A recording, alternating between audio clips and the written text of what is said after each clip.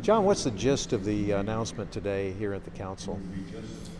Well, I think it's really the culmination of, well, you could argue 10 years of work, but certainly I would say the last year and a half of solid work in terms of it's not a final decision, but it's a recommendation that almost certainly will go forward, maybe not wholesale, but almost completely in the form that it was recommended today. And, some of the big things are, how do we get across the river? Well, first of all, are we going to expand our transit system with buses or with rail?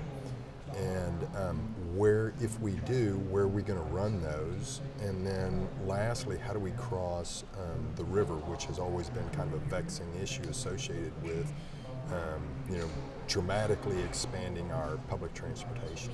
So this is not a finalized plan per se? No, it's not. It's basically, at this point, what it does is it represents the recommendation of a team of engineers and planners that have been working on this for a long time. So this is the culmination of all of their study of all of the issues. They're proposing a recommendation to this advisory group called the Central Corridor Advisory Group. That group will work on this for another couple of weeks and then make a recommendation that will go on and be voted on by Capital Metro and the City of Austin.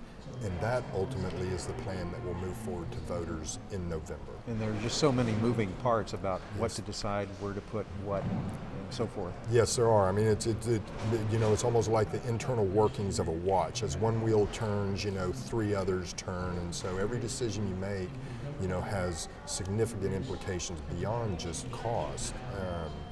In terms of, so you need to understand, all right, if I make a decision on this, how it's going to impact, the cost of the system, the ridership, the ability to expand the system for the future, impacts on traffic. There's a lot of issues to be wrestled with. Is the plan falling short in any way in your view? No, in my opinion, it's not. Well, yes, it's falling short in the sense that it's not like if we implement this, we're going to eliminate the traffic problems in Austin, Texas, or eliminate congestion.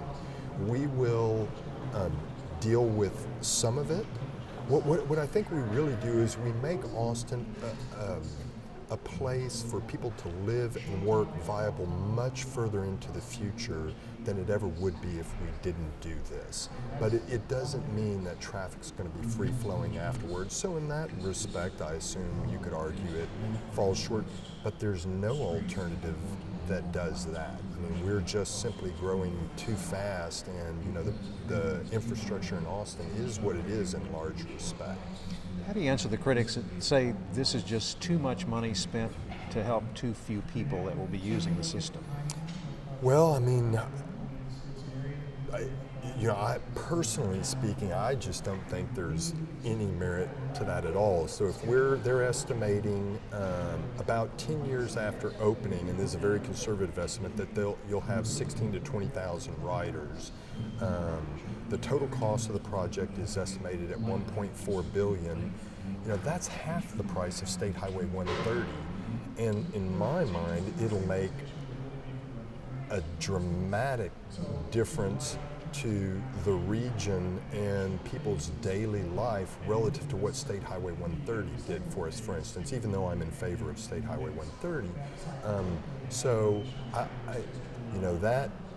think it does plenty for what you spend, but at some point everybody has to do an analysis where it really hits the individual is, what's it going to do to my property taxes? How much more am I going to write? Because that's how the initial cost will be funded. How much more am I going to have to write a check for each year? They estimate on an average home, I want to say it's around, if you build out the full system, a couple $100 a year. Is it worth it to make Central Texas a viable place to live and work with a higher quality, with hanging on to our great quality of life well into the future? That's everybody's individual decision. Do you think the bond, when it comes out, will be adding on, in addition to rail, some road projects to make it more palpable to the voters?